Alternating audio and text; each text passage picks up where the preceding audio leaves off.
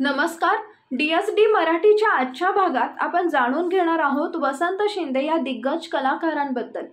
वसंत शिंदे हे नाव मराठी मनोरंजन सृष्टीमध्ये आदराने आणि प्रेमाने घेतलं जाते. जवळपास 75 वर्षाच्या दीर्घ कारकिर्दीत त्यांनी विविध प्रकारच्या भूमिका साकारून प्रेक्षकांच्या मनावर राज्य केले. त्यांच्या अभिनयातील सहजता, विनोदबुद्धी आणि भावना व्यक्त करण्याची क्षमता अद्वितीय होती.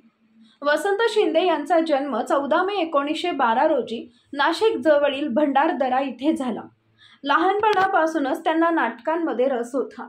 1925 मध्ये दादासाहेब फाळके यांच्या चतुर्थीचा चंद्र या मूकपटात गणपतीची भूमिका साकारून त्यांनी आपल्या अभिनय कारकिर्दीची सुरुवात केली. त्यानंतर त्यांनी अनेक मूकपट आणि नाटकांमध्ये काम केले. 1932 मध्ये वसंत शिंदे पुण्यातील अरुणोदय या नाटक कंपनीत सामील झाले. तिथे त्यांना नाट्यसम्राट चिंतामणराव कोल्हटकर यांच्याकडून अभिनयाचे प्रशिक्षण मिळाले. कोल्हटकरांनी त्यांच्यावर प्रभाव टाकून त्यांना एक कुशल कलाकार बनवले. 1946 मध्ये सासूरवास या चित्रपटातून त्यांनी मराठी चित्रपटसृष्टीत पदार्पण केले.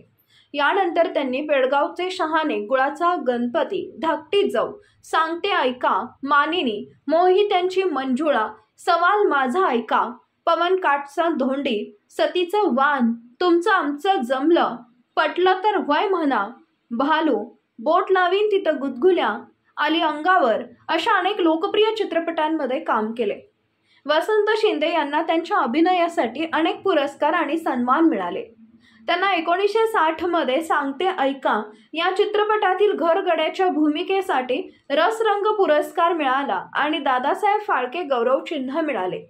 या व्यतिरिक्त त्यांना दिनकर कामन्ना सुवर्ण पदक, शाहू छत्रपती गौरव पुरस्कार, शांताबाई हुबळीकर पुरस्कार, बाल गंधर्व पुरस्कार आणि चिंतामणराव कोल्हटकर पुरस्कार यांसारख्या अनेक पुरस्कारांनी सन्मानित करण्यात आले.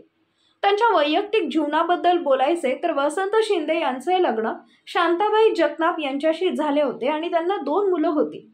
तर अशा या कलाकाराचे 4 जुलै 1999 रोजी पुण्यात त्यांचं निधन झालं आणि एक विनोदी तपस्वी हे जग सोडून गेला.